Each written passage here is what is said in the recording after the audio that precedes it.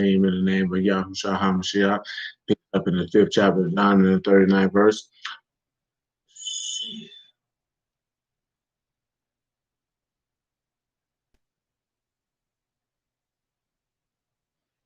Search scriptures for any of you.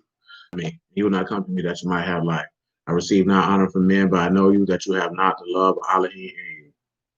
I come in my Abba's name, you receive me not. Another shall come in his own name, him you will receive. How can you believe which receive honor one from another, and not the honor that comes from Alahym only? Think that I will accuse you. Abba, there's one that accused you, even Moses, whom you trust. As you believed Moses, you would have believed me, for he wrote of me. If you believe not his writings, how should you believe my words? Proverbs chapter 26 and verse 10. 5 in the 26th chapter. You who are willing will do that pretty soon. Transgressors. That's what we're here to discuss this evening. Now, it does not say great Alahym there. You're going to have great or much or many, but then you have the word cool, you should be familiar with.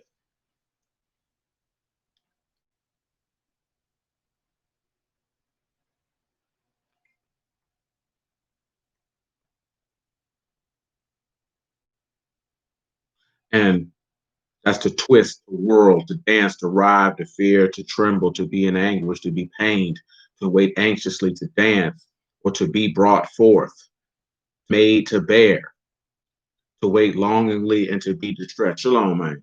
And you got Ka'u and Lamad. So what you end up seeing is the shepherd has separated you by the nail or by his hanging. That's why we would look at that and say to be made to bear. So the great one who bared, he has formed all things.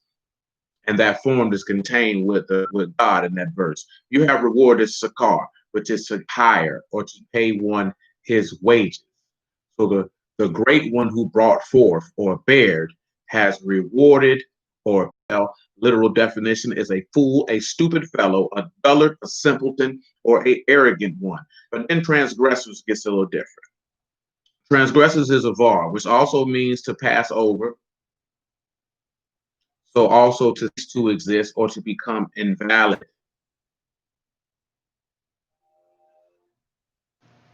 So what we have here is the great one who brought forth has paid out to the proud and the transgressor.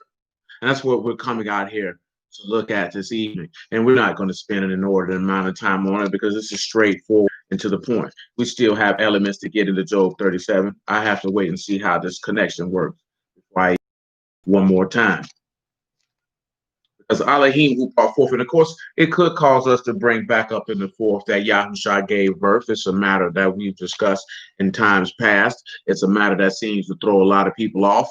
I know we've referenced it slightly recently. It's not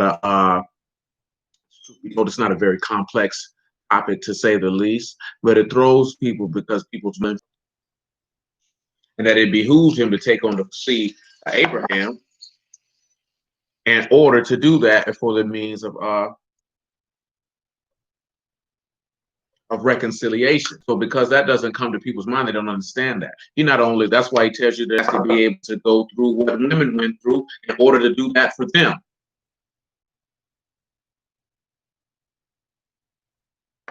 We will deal with that shortly. Matter of fact, John chapter 1 and verse 6. This is chapter 3 and verse 15, 1 Timothy chapter 2. Matter of fact, substitute 1 Timothy chapter 2 after this John chapter 1 and then Genesis 3 subsequently. John chapter 1 verse 6, there was a man's light, but was sent to bear witness of that light. That was the true light, which light every man that come into the world. He was in the world, and the world was made by him, and the world knew him not, believe on his name, which were born, not of blood, nor the will of the flesh, nor of the will of man, but of Alahym, which means you have to be born of Alahym, which means that, you know what? Give me a moment. Let's continue. First Timothy chapter 2. You could pick it up at about verse 9. Matter of fact, you can pick it up at verse 5, just on general principle. First Timothy chapter 2, and that let's roll. First Timothy chapter 2, verse 5, in due time. See, again, this is the thing that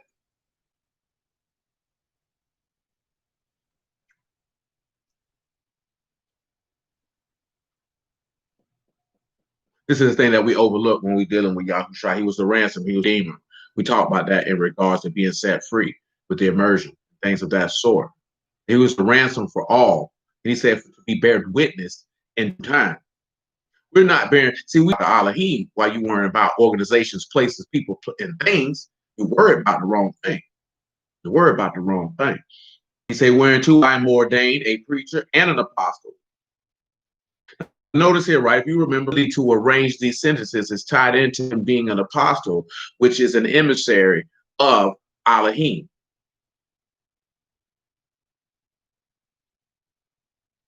See, the emissary of Alahym is given the ability to have the witness of the son of Alahym and then the ability to arrange those sentences. See, you can't be an apostle and not be a preacher, but you can be a preacher and not an apostle. Nevertheless, where lifting up Kadash hands without wrath and doubting. Pause.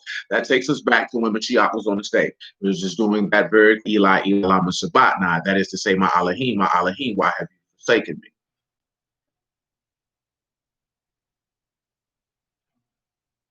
And again, this is something that we've discussed in the past. That's why I'm not giving. In Luke 23, Alahym, we don't really consider that in the moment. And he had no wrath and he had no doubt because he said, Abba, into your hands, I commend my Ruach. We just discussed that about a week or so ago. So when you go to pray before your Alahym, Shah has given you the example. You do not go before Alahym with wrath and doubt in your heart. Because when he was in forth of anguish, and whirling and churning and anxiously waiting to be delivered, there was no wrath or doubt in his heart.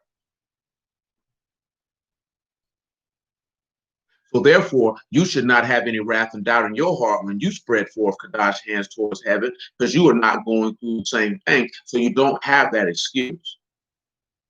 See, the same thing that I told y'all about last week about being set free. Whatever that stuff you holding on to, you better drop it off. And that was an example. If you seek to carry it with you with shamefacedness and sobriety, not with broidered hair or gold or pearls or costly array, but which become women professing godliness with good works. And remember, godliness is going to what other women who are sinners are doing. That's none of your house since we talk about it. And that's just for everyone to just, for the young ladies to consider. When you look at shamefacedness, you have a sense of shame or honor, reverence, respect, bashfulness, that aggressiveness, that all that there, it's just uncalled for. That's not shamefacedness. Just have a level of honor and respect to carry yourself as a woman. Of course, I just mentioned sobriety is soundness of mind, self-control. And I think that's the last one. That's what a woman who professes godliness is going. That's reverence towards Alahym's goodness. You have respect how good Alahym is. And you're going to see that when we begin to discuss about him bringing forth. Let the woman learn in silence with all subjection. I suffer not a woman to teach, nor to usurp the authority over the man, but to be in the transgression. And we're standing right there with Eve. And these women so simple-minded, we have a problem with that. Adam was more than likely doing what a man is supposed to do.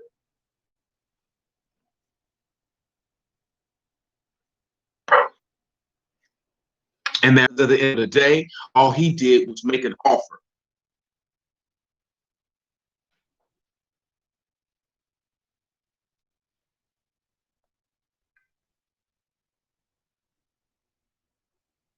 Of course, we know that the average woman does not like to take accountability and would much rather blame a man for her inability to obey. At the end of the day, she want to do what she want to do. And a young lady, man, and I got love for her. She was talking about something earlier today. I just feel like sharing. She was like, we always hear about whores, but what about men who make them whores? See, a man cannot make a woman a whore.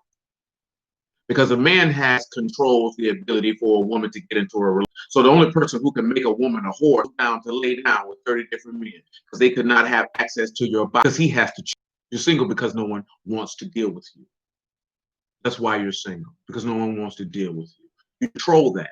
And that frustrates a lot of women in this day and time because they know that they don't control That's why when they get into one, they always seek to end it, because that's the way that they can have. You just have to sit back and pay attention to it. This is why, as a man, you're supposed to do what you're supposed to do, following the framework of Yahuwah, because then if she did choose to end it, there would be nothing that she could say. It would have to be her fault. But see, a lot of us, you leave room. You leave room. Don't leave no room. And it is not overly aggressive. You don't have to do that. You know what I'm saying? It just is what it is. It just is what it is. And if they're either going to roll with it or they're not, Lord. He did not tell them, oh, I'm this or I'm that, or I did this or I did that, or I go here and I. By proxy, I just told you all the other say about him not be telling the truth. Nevertheless, he said, notwithstanding, she shall be saved in childbearing if they continue in moth and all that go along with it. You know what your charity is, that's your love.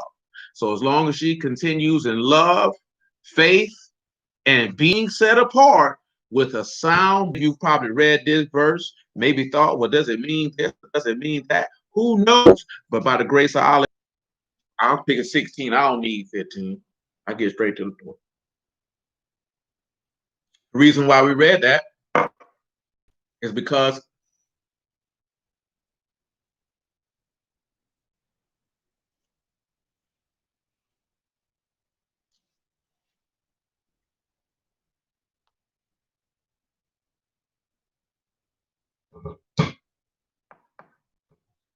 you know what, we're going to deal with the foreign part tonight, and you who are willing deal with the reward part on the Shabbat. So we have to look at the great Alahym, Genesis 3:16. He said, unto the woman, he said, I will greatly multiply your sorrow and your conception. In sorrow you shall bring forth sons, and your desire shall be to your husband, and he shall rule over you. We don't want to deal, we're not dealing with your desire be to your hey, everlasting life that is contained here. We have a Rosh. So now we know that we have the chief. We have the highest. So we know that Alahym is contained here. We have a yacht, a nail, or you have something that is secured along with that hay. So now you can sit back and look at, behold, see, look, pay attention. The highest, Alahym, Yahusha, whatever you want to say. His work has secured you everlasting life by reason of the sorrow of his conception. On here and say, how is he going to be able to get pregnant and have a baby? Well, son, it ain't for you to understand. This might not be the place for you to reside, because he has to be everyone contained in this text. This is the mystery of Alahym.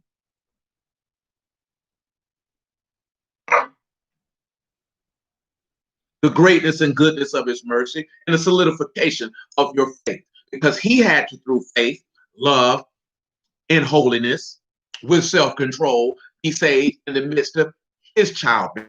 See, that goes back to what I was mentioning when the brother mentioned that I came to forsaken part. Because a lot of women are in a great deal of pain when they bring forth. Some of you who've been around here for many a moon, y'all already know what it is. And you know what we're going to look at, and you have a good understanding of what we're discussing. And thank the Lord in the name of Yahushua for that. But if for those of you who don't, we will make it clear. Now, of course, you know sorrow, that's hardship before the birth comes. All of our dear sisters who've had multiple children on here, they know exactly what I'm discussing.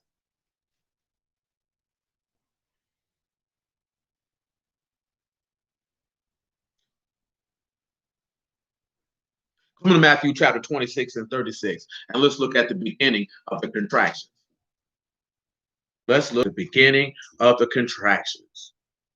Then come Yahushua with them into a place called Jeshurun and say unto the disciples, great agony, he's in great pain. See, pause. Come over here to what it is, Luke 3. Luke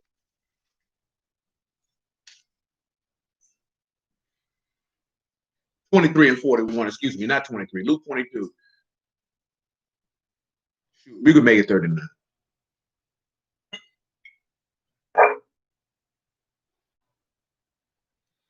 And he came out and went as he wanted, this is Luke 22 and 39, to the Mount of Olives, and his disciples also followed him. And when he was at his place, he said unto them, pray that you enter not into temptation. He was withdrawn from them about a stone's cast and kneeled down and prayed, saying, Abba, if you be willing, remove this cup from me. Nevertheless, not my will, but yours be done. There's your faith right there. Of course, we're going to add other elements to it. There's your faith right there. And you can't have love. You can't have faith without love. There's no love without faith, excuse me. So they're contained. But let's continue. There appeared an angel from heaven falling down to the ground. Now, I cannot speak to this because I have not been in a room when someone was delivering. But if you young ladies, you know what I'm saying, desire to answer that if you sweated profusely in the midst of your labor pains, then you therefore can answer at the very time just to see if there's a confirmation in that regard. So let's go over here to John, what did I say? Chapter 16.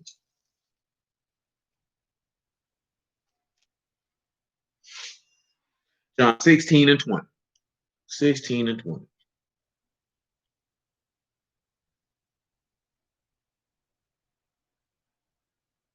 And it says, truly, truly, I say unto you that you shall weep and lament, but the world shall rejoice, and you shall be sorrowful, but your sorrow shall be turned into joy. That a man is born into the world. Remember how many times Yahushua told him, my hour is not yet come? Y'all familiar with him making that statement? My hour is not yet come. My hour is not yet come. And he said that woman is in travail because her hour is come. Right? You know, it's a beautiful thing.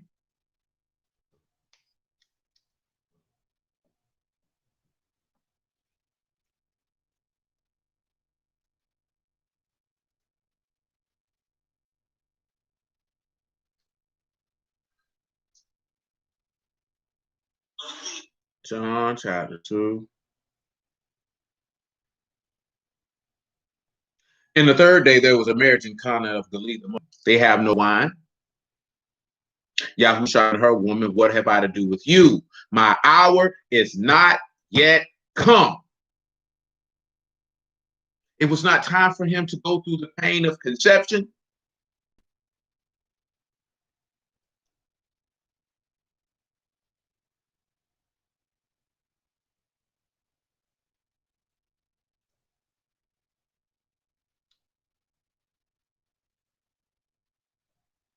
(16 and 21) again. A woman when she's in travail have sorrow because her hour has come.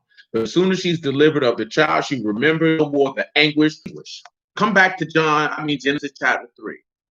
I want to make sure that we don't leave nothing out. So it tells you in sorrow, which is a sob, which is pain, which is toil, which is sorrow, which is hardship, she will bring forth sons. That's what it tells you. Yalad, right? That's to bring forth, to have children. And the conception of the woman, and in sorrow she will have sons. Now bring forth. Again, this ain't nothing that most of y'all don't already know because of the contextual statement that we're looking at in Proverbs 26 and 10. We have to.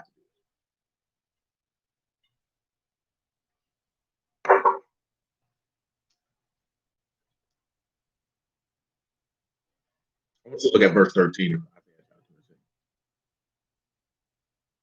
And again, I want you to keep 1 Timothy 2 in mind.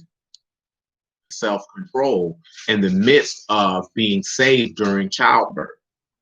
Yahushua was saved during childbirth. This is why Paul can make that statement to turn around and let a woman know that she can be saved. See, we don't even really, you live. It's an example of when Yahushua gave birth and he lived. It's a little physical manifestation of his salvation. It's something that we overlook grossly every single solitary time. Because I told you men in the past, and I'll tell it to you again. Every time your woman goes forth to her own flesh, because there's a level of honor and cherishing that woman should be given because she risks her life every time she gives, that you take it for granted that she's just going to have that baby and everything is going to be all good.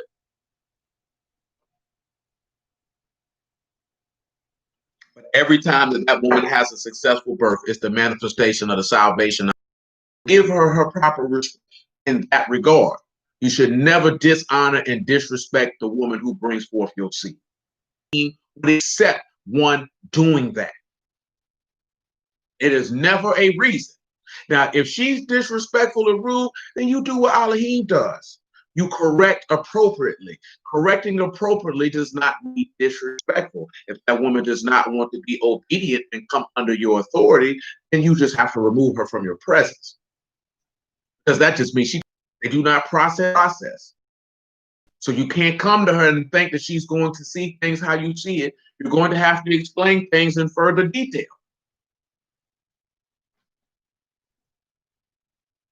And you're going to have to explain things in further detail. How do we know this? Because the Lord had to do it with us as a people. It's what he had to do. Indeed, honor is definitely due in that part because she puts her life on the line every time she does it. Nevertheless, Proverbs 26 and you can make it 12. I mean, Isaiah 26 and 12, excuse me. Yahuwah should for us. You have also wrought all our works in us. O Yahuwah Alahym, other lords besides you have had dominion over us, but by you only will we make mention of your name. They are dead, and they shall not live. They are deceased, and they shall not rise. Therefore you have visited and destroyed them, and made all their memory to perish. They visited you. They poured out a prayer when your chastening was upon them, and here we go.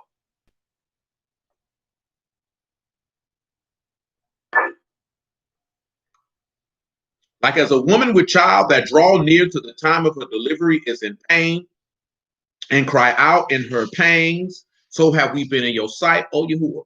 We have been with child. We have been in pain. We have, as it were, we brought forth wind. We have not wrought any deliverance in the earth. Neither have the inhabitants of the world fallen dead. Now let's look at a couple terms that are referenced in this passage. And that would be impossible for me to be able to do that. So we want Ray, which is for pregnant, 2 hays and a rosh. You can behold chemo, that is when according to the like as the like of which is ka, sama, mean. And let's continue though, because we don't need that. Now let's look at delivery. Thank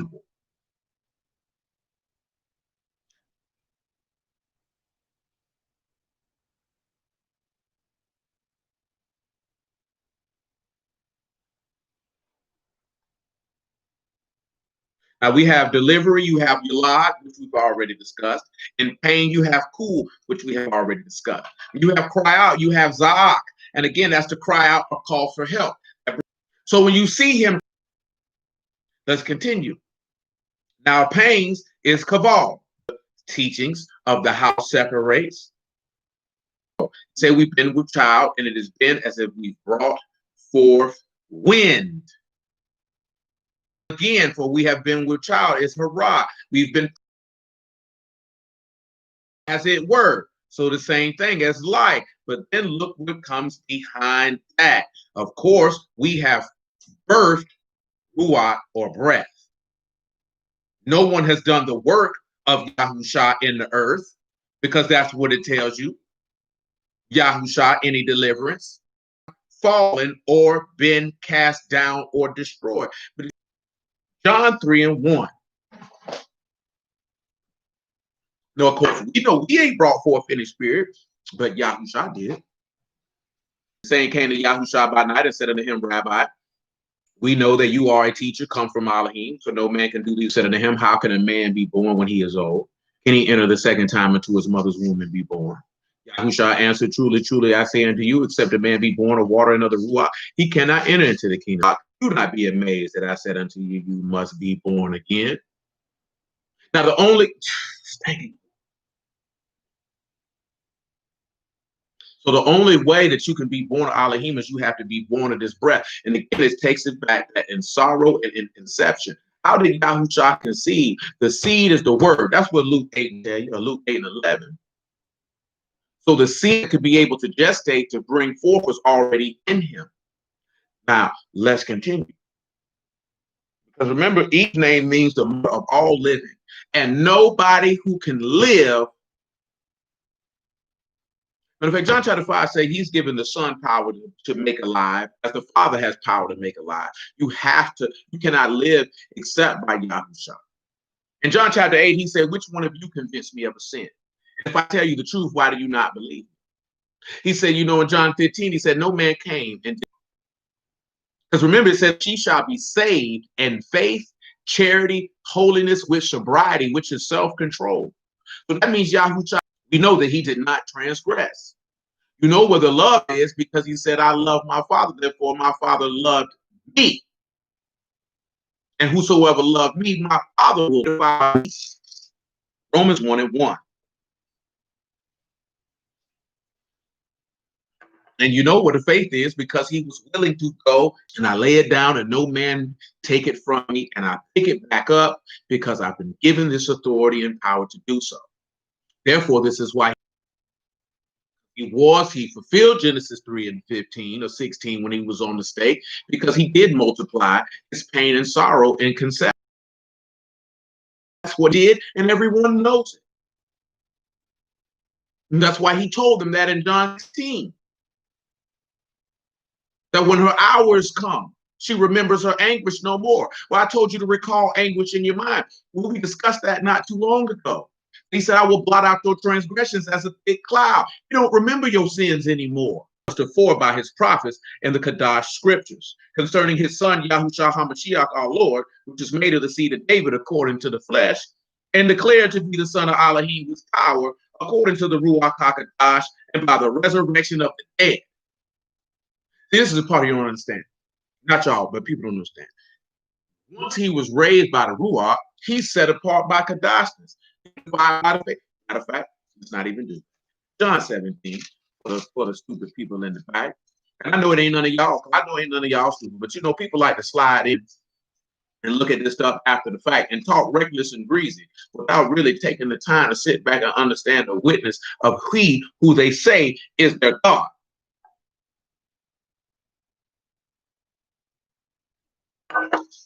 17 and 14, John. We still got to look at it again, just because. I have given you a word, and the world have hated them because they are not of the world, even as I am not of the world. I pray not that you should take them out of the world, but that you should keep them from the evil. They are not of the world, even as I am not of the world. Sanctify them through your truth. Your word is truth. Be sanctified through the truth. So if he's told you, John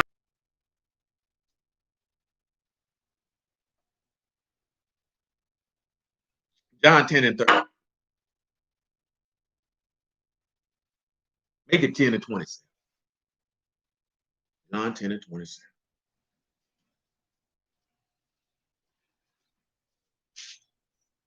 My sheep hear my voice, and I know them, and they pluck them out of my Abba's hand. I and my Abba are one. Then the Yahudim took up stones again to stone him. Yahushua answered them, many good works have I showed you from my Abba. Which of these works do you? You, being a man, make yourself Alahym. Yahushua answered them, is it not written in your law? I said, you are. If he called them the scripture, if I do not the works of my Abba, believe me not. But if I do, though you believe not me, believe the works, that you may know and believe. Abba is in me, and I in him. So he just sat back and tell you, my Abba sent me and sanctified me, sir. So the joy be done, and you know the love, because Alahym so loved the world that he gave his only begotten son, that none should perish.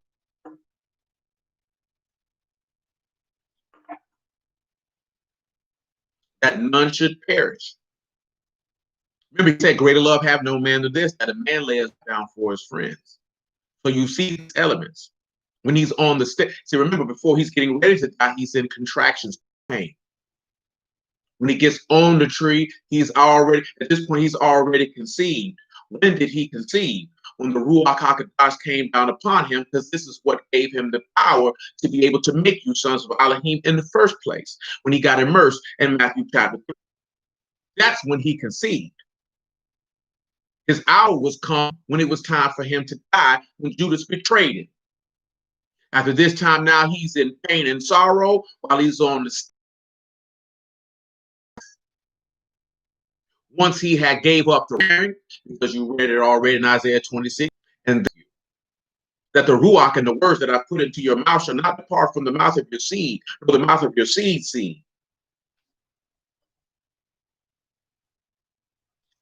from henceforth and forever. Because remember, he is Adam. Eve came from Adam. Yasharal comes from Yahusha. But nevertheless, let's continue. What was I going to go? Let's go ahead and grab it. I recall it. Because I 66 and 6. Isaiah 66 and 6.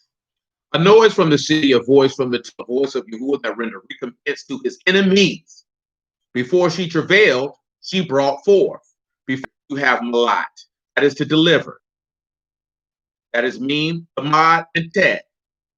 So guess what? The teachings of the Ruach are contained in one, because this is what you've been delivered, or the shepherd's heart, which is a male. Let's continue. Who have heard of such a thing? Who have seen such things? Shall the earth be made again? And in this one here, you would not have that, which you would have to be brought forth. Matthew 27, because I know y'all know, but there's some people who don't know. Every time I think about Matthew 27, for the most part, I think about a brother who no longer stopped believing in Mashiach many days ago. Explain to him what we're about to read in Matthew 27. And I'm so, and in the midst of talking to this young man, it's probably like 2015. I'm like, this is why dudes stop believing in Mashiach, honestly, because they have questions absolutely no sense, because nobody don't really know the gospel like that. And dudes think that stuff is cool.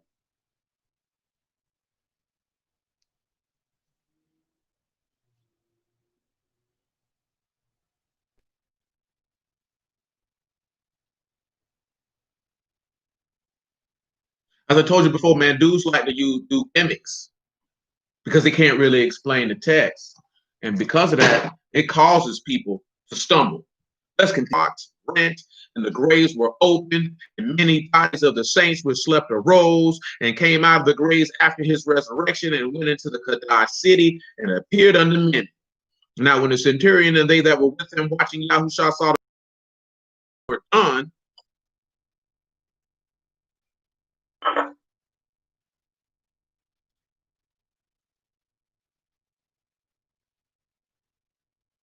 they feared greatly, saying, truly, this was the son of Alahym. So you see that these men, because they brought forth, and he brought them forth in one day. Let's continue. Isaiah 66. Shall the earth, of course, again, you have cool, you have your Lord,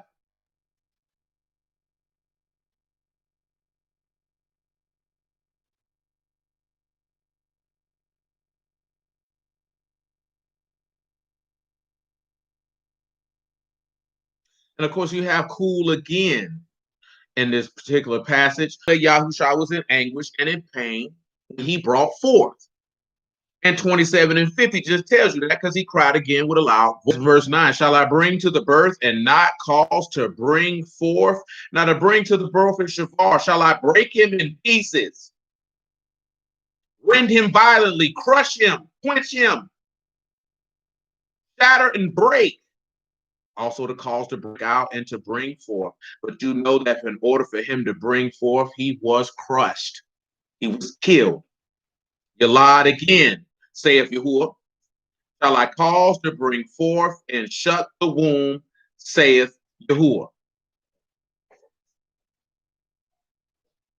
Now, for shut the womb, you have Amar here. And some of you should remember, that's to say, that's to speak, that's to utter, make a promise, be told, to be said.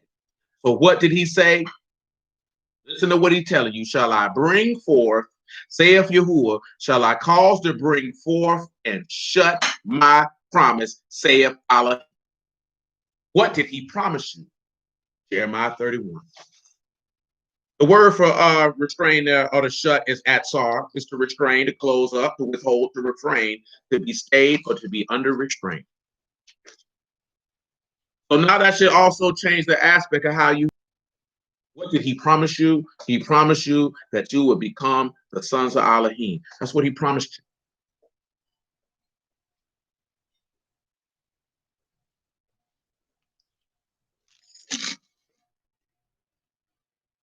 I'm going to say, if you who that I will make a new covenant with the house of Yasharal and with the house of Yahuwah. not according to the covenant that I made with their fathers in the day that I took them out of the land of Mizraim, which covenant, my covenant they break, although I was a husband unto them, saith Yahuwah. But this shall be the covenant I will make with the house of Yasharal after those days. I will put my Torah in their inward parts, and I will write it in their hearts, and I will be their Alahym, and they shall be my people. They shall teach their iniquity, and I will remember their sin no more anymore. Because when he writes your law in his law in your inward parts and writes it in your hearts, you have been born a son of Alahym. And once the man child is born, he remembers his pain no more. Very simple thing to understand. And again, it takes you back to that I will multiply your sorrows, love, holiness, and self-control. And we see that Yahushua performed all of those four things. We've also seen that he multiplied his sorrow in his conception. He multiplied his sorrow when he brought forth those sons, but he saved him in childbirth because he did those four things. And again, this is how the ability to where he can be with those who fear Yahuwah, of the female persuasion, to be with them in the midst of childbearing, that he may save them as well. Because again, a woman giving birth to a child is akin to Yahushua giving birth to us every time that they're able to survive and bring forth children. Matter of fact, even more so when they bring forth a man-child.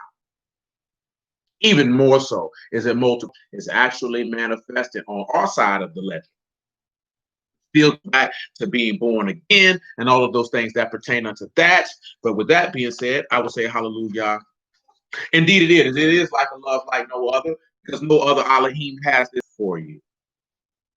For everybody who wants to be stuck on this history and this culture, and that very well may be true. But you don't understand the actual manifestation of the love of Alahym and how much Yahushua sought to be an aid in it, because he said that he came to be a succorer of those in the flesh. See, let me read you that Hebrews 2 before we get up out of here.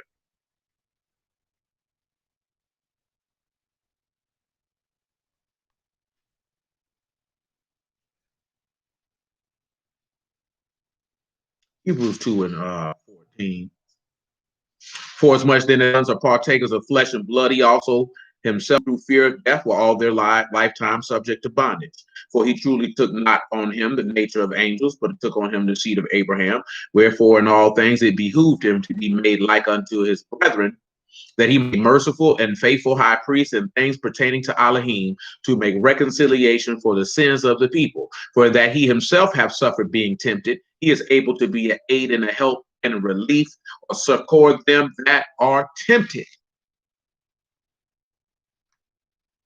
You know what I'm saying? So, and again, that's all that's coming from us looking at Proverbs 26 and 10. The great Alahym formed all things. When in actuality, what does it say? He wrought great pain